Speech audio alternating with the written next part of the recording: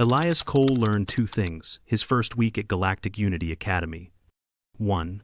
Anti-grav mats don't cushion falls. If you're under 70 kilograms, they just notice you hit the floor, then log the incident for insurance. 2. Being the only human in a cohort of 12-foot insectoids, lava-blooded brutes, and one species made entirely of calcified gas, meant you became the universal reference point for fragile, underdeveloped, and, once, bite-sized. He didn't complain. Not out loud, anyway. The Academy was everything Earth's recruitment boards promised: elite, diverse, and orbiting a stable star just far enough from the galactic core to avoid the worst radiation zones. But nothing in the orientation materials had prepared him for how hard it was to not be taken seriously when your legs dangled off the classroom chairs, or when someone 3 times your size genuinely asked if your bones were still soft from the larval stage. The nickname Snack stuck by day 3. By day 6, even the instructors used it mostly by accident, but not always. In Exobiology Lab, Professor Tharnell of the Shikshu Collective had used him as a size marker during a lecture on avian digestion. Now, if this species ingested something approximately the mass of Cadet Cole, yes, you, the human, we'd expect full skeletal ejection within 30 minutes due to internal keratinized shredders. Don't worry, Snack, you'd be dead long before that. Laughter. Elias didn't laugh. He didn't cry, either. He just nodded, adjusted his goggles, and continued documenting spleen folds in a jarred Churok specimen like nothing had happened. Combat simulations were worse. The Academy insisted on non-lethal interspecies calibration training, but that didn't stop Elias from getting tossed like a duffel bag during most scenarios. In one memorable match, a bipedal Thrax student named Vroll hoisted him by the back of his jumpsuit and used him as a bludgeon against a practice dummy. Technically, it was a violation of the conduct code. Vroll claimed he thought Elias was part of the equipment pile. The incident report noted, "no permanent injuries," which was true if you didn't count the deep purple bruises and 2 cracked ribs. Medbay confirmed the fractures after a standard skeletal scan. No surgery needed, but they taped his side and prescribed a compression brace along with painkillers. 3 to 4 weeks, minimum, the Academy medic said, handing him a bland protein gel and a low-level anti-inflammatory patch. No further physical simulations, and get more calcium. You're built like wet wood. He did as told. Mostly. No one offered help getting back to class, though the medic did mutter something about re-evaluating human physical clearance standards. The next day, the jokes got sharper. Brittle bones. Soft shell. One instructor even asked if Earth was primarily composed of pillows. Still, Elias remained quiet, methodical. He studied hard, took notes on every species' physiology, especially muscle structure and stress response thresholds. Sometimes he'd pause mid-class and jot something on a private notepad that synced with no public system. Once, during shared lab time, a student named Kenzul of the Ikrin brood noticed strange symbols scrolling across Elias's pad and asked if it was some primitive Terran alphabet. "Encryption code," Elias said without looking up. "What are you encrypting?" Kenzul asked. Elias shrugged. "Clearance stuff. For my pet." Kenzul blinked all 6 eyes. "You brought a pet?" Elias gave a non-committal smile and closed the pad. Later that evening, Elias sat by himself in the observation bay, staring at a holo photo. The image showed a black blur, mid-leap, something massive, 4-limbed, fanged, and beautiful in motion, caught between shadows and starlight. A red tag under the image blinked. Companion clearance. Delayed pending final transport lock. He exhaled slowly and thumbed the tag until it vanished. By midweek, the Academy announced its annual Pet Day. A long-standing tradition, it served as a cultural exchange where cadets showcased their domesticated companions from their home systems. The announcement went out via internal network, and student buzz ignited immediately. The mess hall echoed with excitement. "I'm bringing my floater worm," a Tharnell cadet boasted. "It glows if you feed it lithium pellets. Mine can fold into itself and vanish for 2 hours. No idea where it goes. I think it's quantum unstable." Elias sat silently 2 tables away, poking at his meal cube, ignoring the greasy throb in his ribs. Bet Snack brings a rock with googly eyes, someone chuckled. No. One of those Terran, what do they call them? Hamsters? Tiny teeth? Then Elias stood up, walked to the registration kiosk by the far wall, and tapped in his credentials. The list of registered participants refreshed. New entry: Cole, Elias, species, Terran, companion, registered. The cafeteria fell silent for 2 long seconds before bursting into fresh laughter. "You're seriously participating?" said a purple-skinned Moltari who'd nicknamed him Spinal Kink earlier in the week. Elias didn't blink. He slid a reinforced leash attachment into his backpack, zipped it slowly, and said in that same calm tone, "Something like that." 2 hours later, the Academy administration filed a customs review flag under category Hazardous Companion Transport Terran Origin. One logistics officer spent 30 minutes triple-checking a document that included the phrase Apex Synced Organic, GenMod Level 5, and Handler Override required. The officer requested a direct supervisor. The supervisor forwarded it to Central Registry. Registry flagged it for internal review. By then, Elias was back in his room, massaging the dull ache in his ribs and quietly whispering into a secure comms pad. "You're almost here, right?" he murmured. The voice on the other end was human, female, professional. "Touchdown within standard orbit window," she said. "We've confirmed controlled sync stability and neural anchor integrity. You still sure about this, Elias?" He didn't hesitate. "Yeah, he's ready." There was a long pause. "Remember, Elias, this isn't Earth. They don't understand what Apex means, not really." "I know. And Kaiju will only respond to you. If something goes wrong, it won't." Another silence. Then, a soft exhale. "Good luck, handler." He disconnected and laid back, staring at the ceiling's faint starlight projection. "Almost time," he whispered. He felt the old scar above his hip, a thin surgical line from years ago, barely visible now. Kaiju had been smaller then, still learning, still dangerous, even to him. But not anymore. Tomorrow was Pet Day, and Elias Cole, the universal chew toy of the Galactic Unity Academy, was about to bring show and tell to a whole new altitude. The Pet Day arena was usually reserved for low-gravity sport simulations, wall-to-wall cushioned terrain, transparent shielding around the spectator stands, and a calibrated gravity dome designed to mimic the atmospheric comfort levels of all attending species. But on Pet Day, it transformed into a carnival of color, noise, and the occasional controlled biological hazard. Hover platforms buzzed with scent-flaring critters from gas giants. One student had brought a hexapedal sneeze beast from Pulrun 6 that emitted pleasant floral puffs when startled. Another escorted a cage full of chittering, gem-eyed symbiotes who fused into complex fractals when exposed to rhythmic music. It was a grand, weird affair, overflowing with wide-eyed pride. Elias stood in the prep tunnel, holding a matte black leash that required both arms to manage. His side still ached, but he'd refused a follow-up scan that morning, saying the brace was enough. Next to him, Kaiju sat. The predator didn't move, didn't growl, just watched.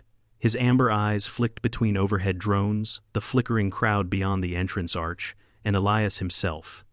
He stood at a towering 2.4 meters at the shoulder more, if you counted the thickened dorsal line of fur that rose like a natural mohawk along his spine. He didn't wear armor. He didn't need it.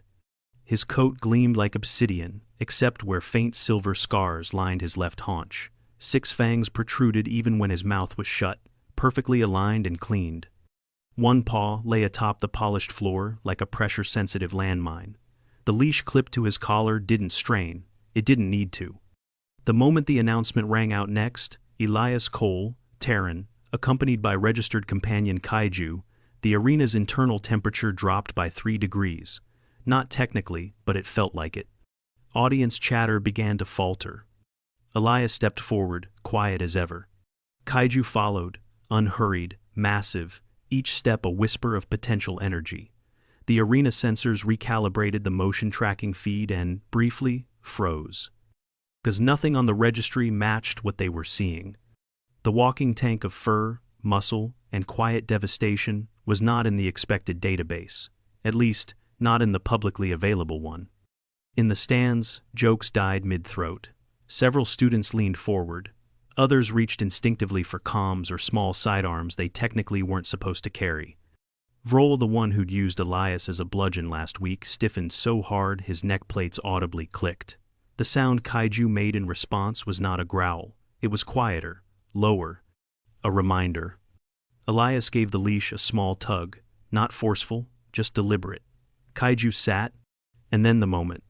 Kaiju, apex hybrid of Earth's restricted wilderness zone, designed for speed, pain tolerance, and obedience under psychic sync, laid his massive head in Elias's lap and sighed. The crowd didn't gasp, it didn't breathe, because nobody knew what would happen next. "I thought your species bred decorative swimmers," someone muttered into a private comm line. "This is not decorative," another student whispered. Instructors on the upper tier exchanged glances. One of them, a reticulan cognitive swarm named IL-4, slowly backed toward the exit tunnel while issuing a silent emergency ping. It was answered in 3 seconds. Academy security alert, potential threat classification review, unlisted companion breach. Drones deployed, not all of them visibly. Kaiju blinked. And from Elias's lap, he yawned. His teeth could have bitten clean through a shuttle support beam. Instead, he nestled closer, amber eyes half-lidded, relaxed, trusting. The closest alien, a 4-eyed Traug student who had brought a floating psychic sponge, tried to stand and collapsed back into his seat, clearly unwell. Elias Cole, a booming instructor voice, finally cut in, filtered through comms and interspecies translators. "Please state your companion's classification for the record." Elias tapped a control pad on his wrist. A hologram sprang into the air above him. Name, Kaiju. Species base, Terran hybrid, Canidae, Felidae baseline. Designation, Apex companion. Gen mod level 5. Emotional sync, biometric lock, human only. Handler, Elias Cole. Command tier, exclusive neural bridge, single soul clearance. Restrictions, military grade, non-transferable, containment, fail-proof. Training origin, Luna Prime Blackwood Reserve, Terran Government Program, Apex Familiar Initiative, Echo Line. For a full 5 seconds, nobody spoke. Then someone, an instructor, climbed into a ceiling vent and stayed there. Emergency protocols activated. The arena lights dimmed, and "Don't," he said softly. Kaiju didn't move, not even a twitch. "Handler," came a quieter voice, head medic Dr. Rallis, a tall, amphibious being with soft green skin and slow, deliberate motions. "Your companion, is he stable?" "Yes." "Is he sedated?" "No." "Then why?" Dr. Rallis said carefully. "Is he not reacting to the heightened stress and threat levels in the room?" Elias scratched behind Kaiju's left ear. The hybrid closed his eyes in bliss. "Because he knows I'm not afraid," Elias replied. "And because I haven't said the word." That silenced even the security drones. Behind the main instructor panel, 3 administrators held an urgent sidebar. "Did Earth authorize this?" one of them hissed. "Technically, yes. Look at the clearance." "He's not military." "No, but he is registered under the Blackwood Handler program. He passed the neural compatibility trials. No one under Level 7 regulation can override his command bond. Not even us." They glanced again at the floor, where a creature the size of a cargo hauler was now gently licking Elias's hand like a sleepy lapdog. "We're going to get complaints. We're going to get envoys." 10 meters away, Vroll, still trembling, finally found the courage to speak. "You keep that thing in your room?" "Yes." "Alone?" "Yes." "Why?" Elias turned toward him, calm, unblinking. "Because I trust him." Vroll opened his mouth to respond, but Kaiju shifted just slightly. A paw broad enough to crush a crate lifted and returned to the floor with a faint thud. Vroll sat down again. The remainder of Pet Day went quietly. The other students presented their pets as scheduled, but attention was scarce. Even the psychic jellyfish that recited poetry got ignored.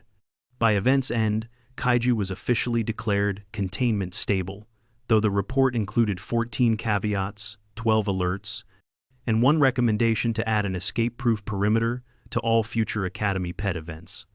Later that night, in the medbay, an alien student named Gexar arrived in a state of acute anxiety. Apparently, during the event, he tried to activate a restraint field near Elias out of precaution. The feedback coil had misfired, slamming into his left shoulder and dislocating it. By the next rotation, the whispers had shifted.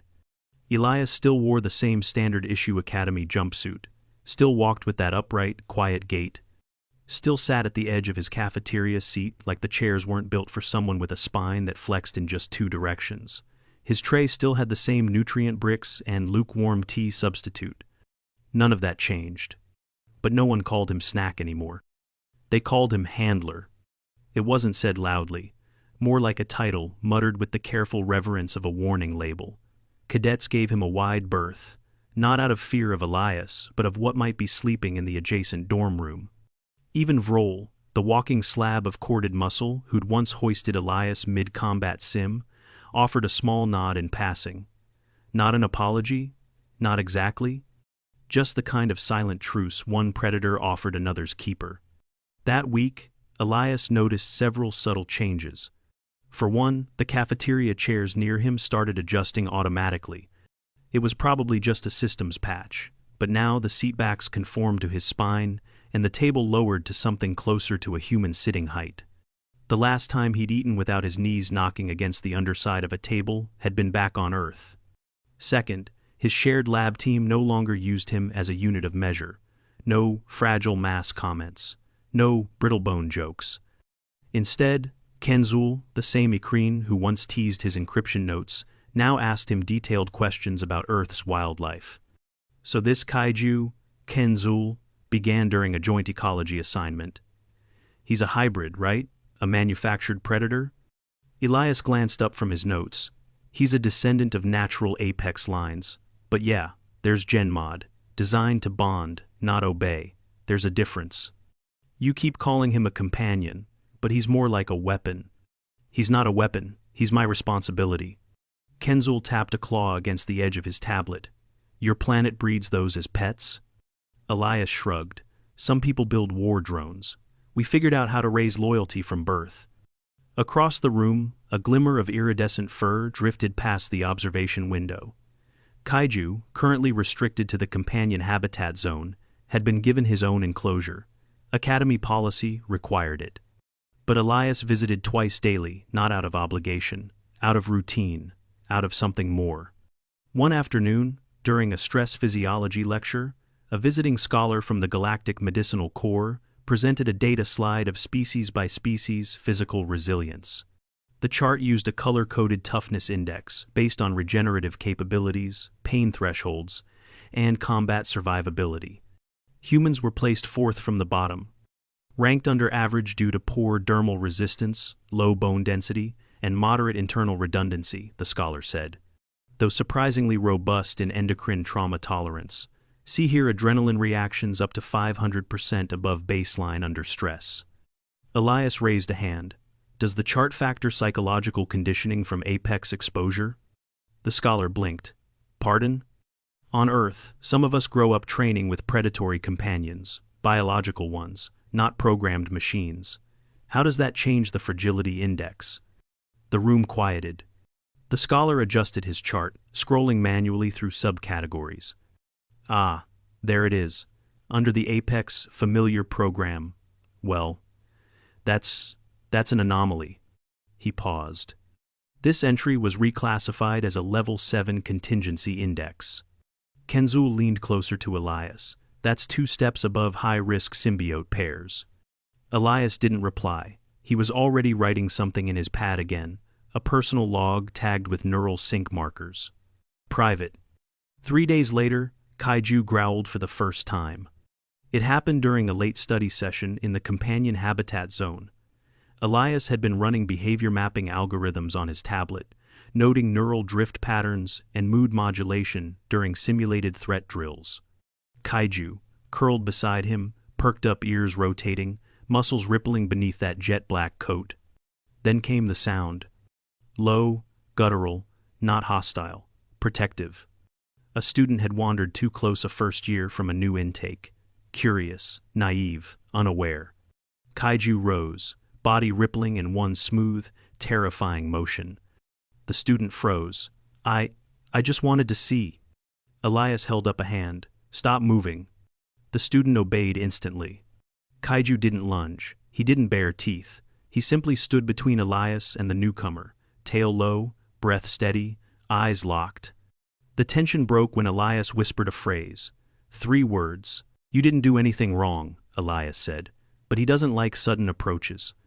I'm sorry, I didn't mean. I know. Kaiju watched, but stayed still. I didn't think anything from Earth could look like that. Elias offered a tight smile. Most people don't. The student backed away slowly, then left.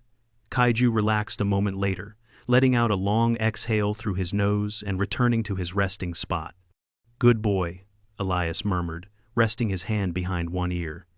The real shift happened after the Academy revised its companion policies. Following the Pet Day incident, now quietly referred to as the Kaiju event, in internal documentation, the administrative board convened an emergency session. Their report included an updated species threat matrix. Previously, Earth life forms had been classified as Level 3 hazard, non-persistent threat, on par with wild brutes from oxygen-rich moons. Now, Terran hybrids had their own tier, Level 7 contingency, apex synced biologic. Alongside the reclassification came a new requirement. Any student with a Terran companion, rated GenMod 4 or above, would now require daily sync audits and emotional drift analysis. Elias complied with every one of them, quietly, methodically, never missed a session. The auditors found nothing unusual, no spikes in aggression, no lapses in control. If anything, Kaiju's sync signature with Elias was too clean, like they weren't just bonded, but aligned at the neurological level. He doesn't need orders, Elias explained once during a review. He just needs me to be okay. The auditor looked up. What happens if you're not okay? Elias didn't answer. Neither did Kaiju, who sat 3 meters away, eyes locked on the auditor's pulse rate monitor. That day, the review concluded early. By the end of the second week, the Academy felt different. Not fearful, just calibrated. Elias found himself approached more often, but not for the reasons he expected. A student from the silicon-based Kantari approached him during lunch. Handler Cole, it said in a soft tone, I believe I may have misjudged your species. Elias looked up, brow raised. You are not what I imagined, neither is your world. Elias sipped his tea. Most people think Earth's soft because we are. A common error, the Kantari said. We assumed fragility meant weakness. Elias didn't smile, but his voice warmed. Fragile things learn to be careful. Careful things learn to survive. He paused, then added, sometimes that's the difference between harmless and dangerous. The final month of Elias Cole's first term at Galactic Unity Academy passed with a quiet kind of tension. Not the kind that preceded disaster, but the kind that came when an entire institution was recalibrating its understanding of a species. The new interspecies relations textbook, freshly revised and released ahead of schedule, now included a sidebar labeled Terran Apex Protocols, Containment versus Cooperation. It featured a photo of Kaiju mid-stride beside Elias, taken during a behavioral sync test. Elias hadn't authorized it, but didn't contest it either.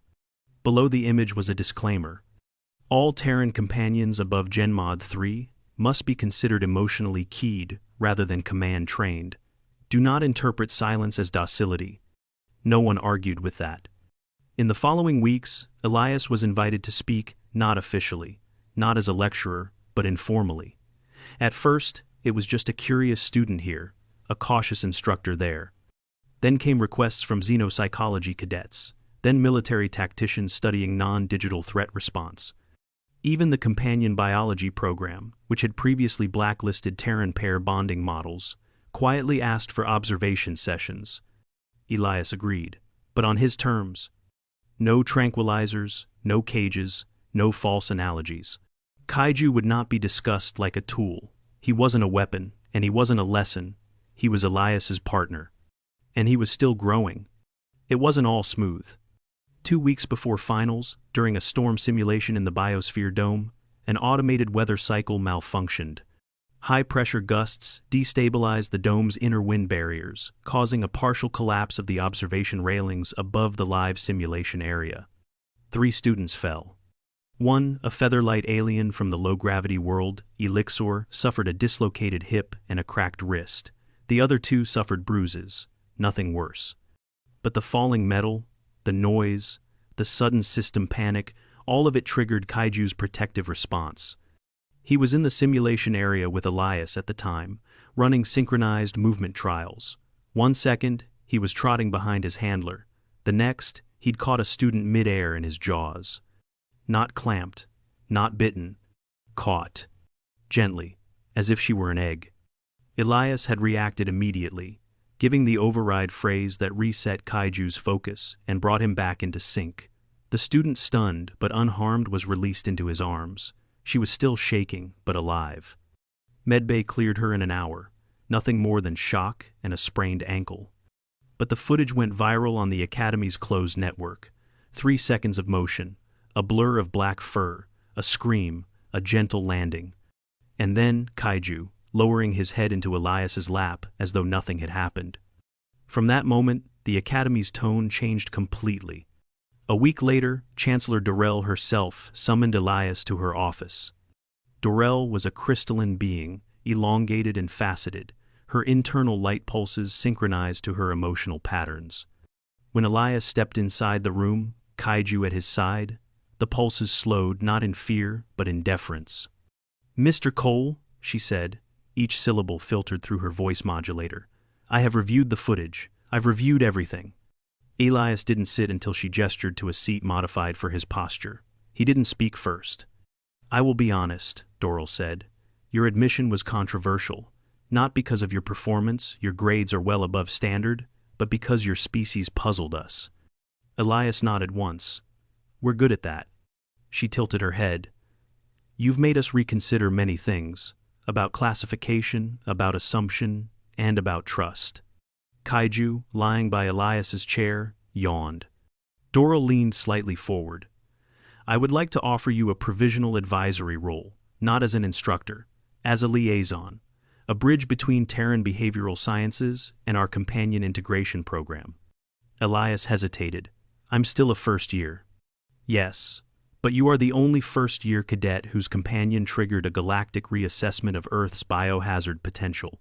He looked down at Kaiju. The hybrid blinked, entirely uninterested in galactic bureaucracy. "I'll consider it," Elias said. "Good. That's all I ask." As he turned to leave, Dorell added, "One last question, Mr. Cole." Elias glanced back. "Do you ever feel unsafe, being so small among so many who are not?" He paused. "No, not anymore." Kaiju rose to his feet in a single motion, silent as the gravity field, and they walked out together.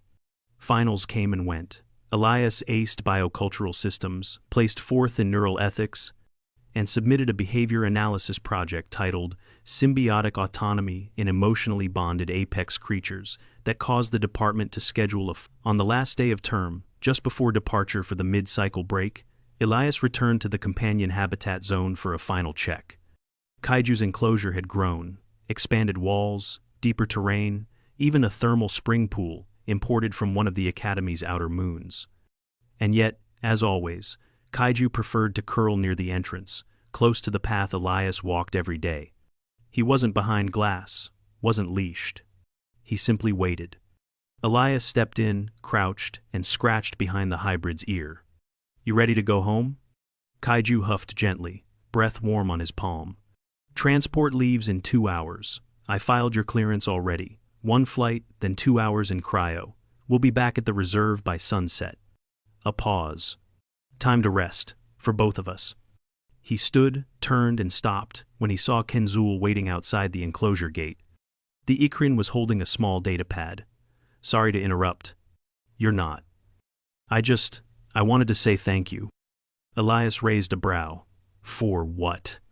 "For changing what we thought we knew," Kenzul gestured toward Kaiju. "For proving that something doesn't have to be controlled to be trusted. That bonded doesn't mean broken." Elias smiled, small and tired. "Thanks. Will you be back next cycle?" "I'll try." Kenzul paused, hesitant. What happens if someone else tries to handle one of those? Elias's smile faded, not unkindly. They won't. At Departure Bay 7, Elias boarded the long-range transport with Kaiju walking close behind. The loading crew gave them space. One technician dropped his tool and muttered something about predator proximity anxiety. Elias pretended not to hear it. Kaiju curled into his custom cryopod with minimal prompting, the reinforced chamber more like a den than a kennel. It sealed smoothly, oxygen cycling gently, sync monitors blinking in green. Elias settled into his own pod, sensors locking onto vitals, neural bridge temporarily disengaged for transit safety. As the chamber began its gentle cooling cycle, Elias whispered, "Good job this term, buddy. See you when we land." The lid sealed. Outside, the ship's manifest auto tagged the flight. Passenger, Elias Cole. Species, Terran. Role, Cadet, Handler. Companion manifest, Kaiju. Level 7, Apex synced. Beneath it, a single clearance code shimmered across the display. Do not separate. Back at Galactic Unity Academy, the nickname Snack was never used again. In its place, across every hall, every databank,